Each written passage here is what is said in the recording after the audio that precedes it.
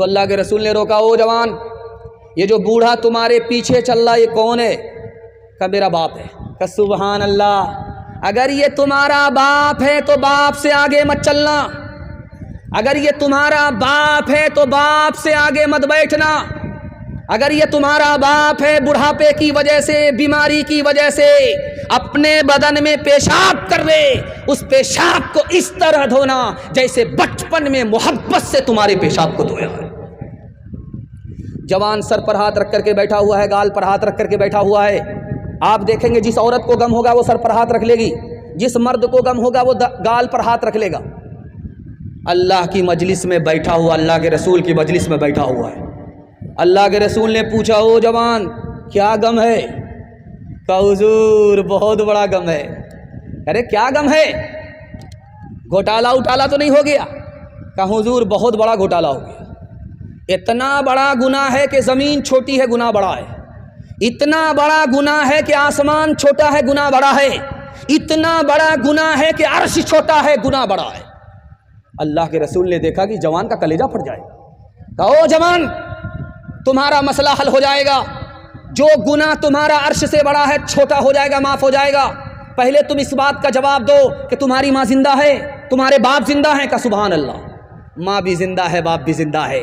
تو اللہ کے رسول نے کہا جوان اب دیر مت کرو، دوڑ کر کے جاؤ باپ کی داڑھی کو پکڑو، دوڑ کر کے جاؤ ماں کے پاؤں پکڑو اور اپنے گناہ کی معافی کے لیے اپنے ماں باپ سے دعا کراؤ۔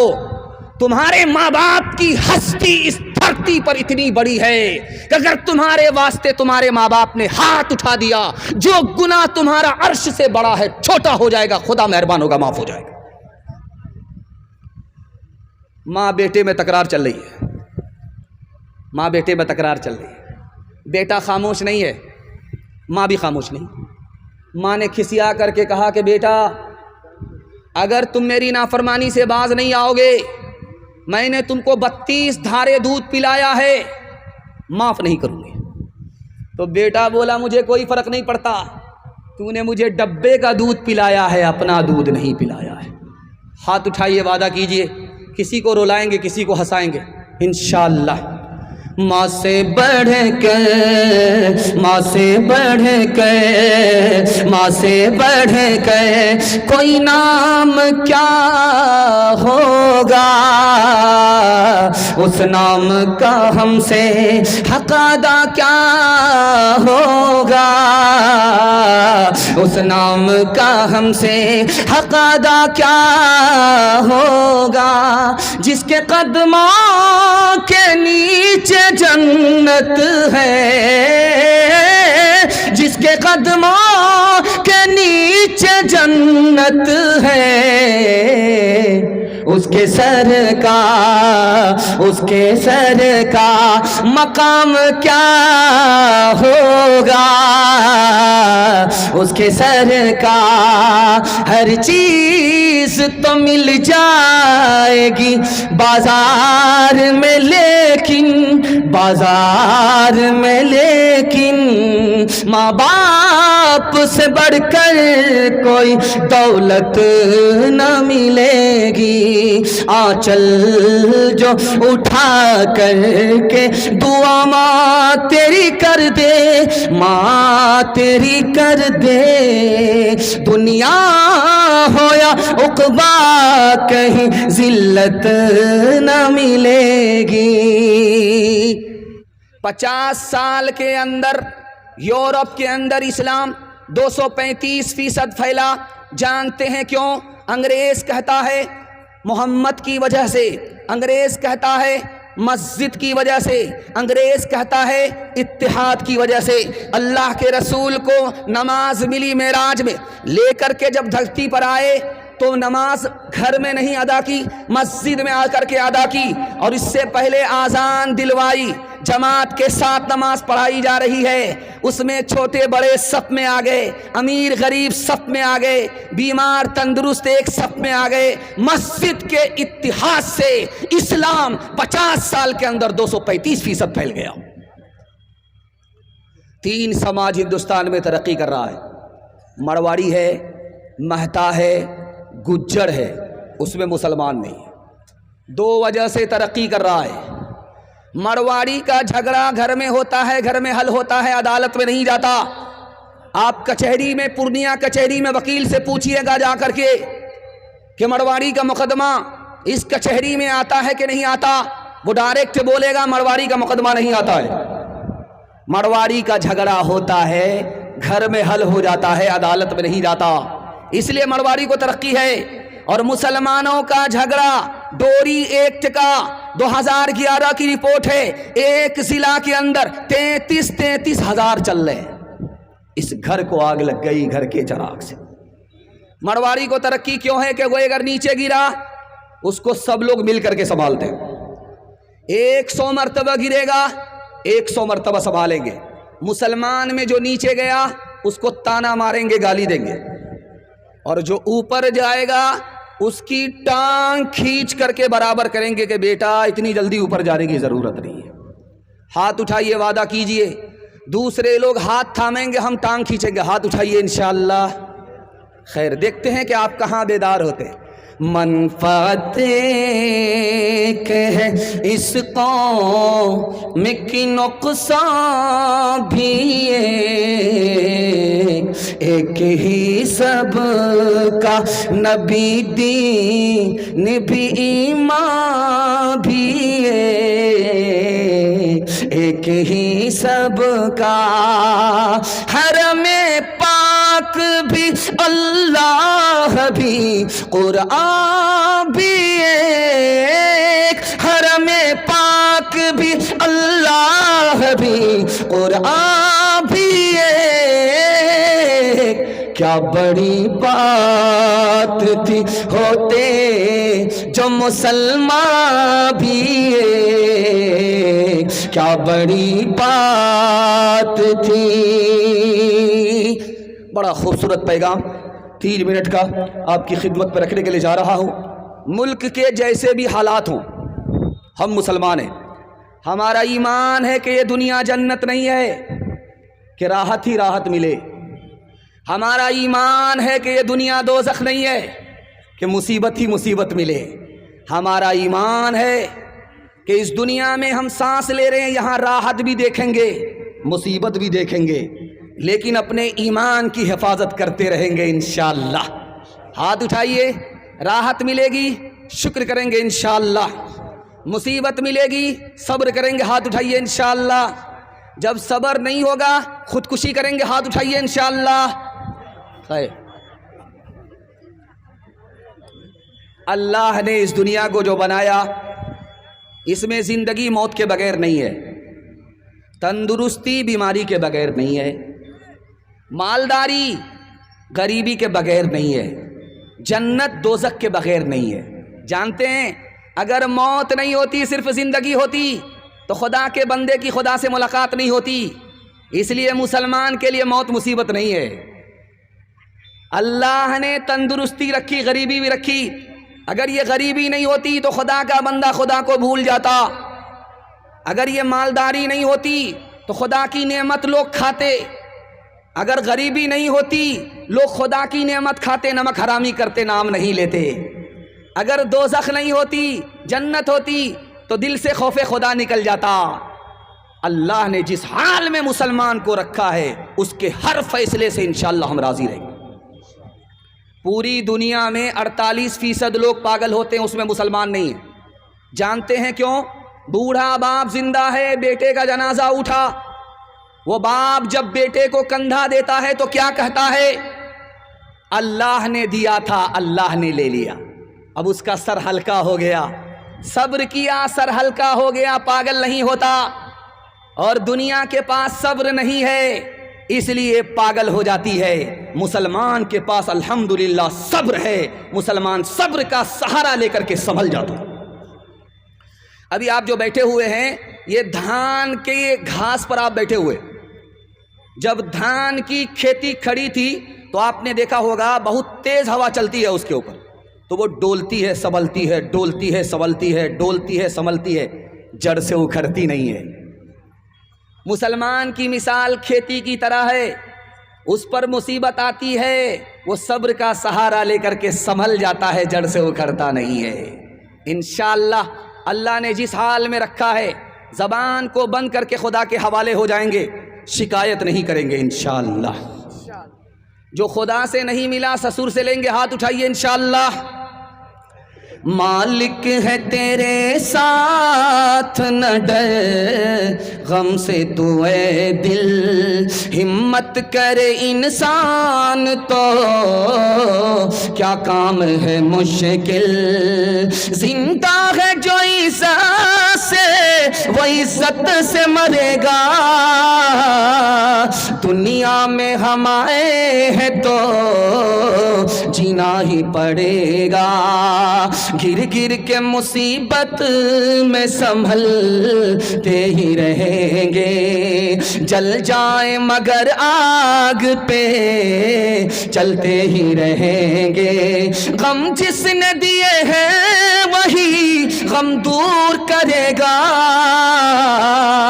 دنیا میں ہم آئے ہیں تو جینا ہی پڑے گا۔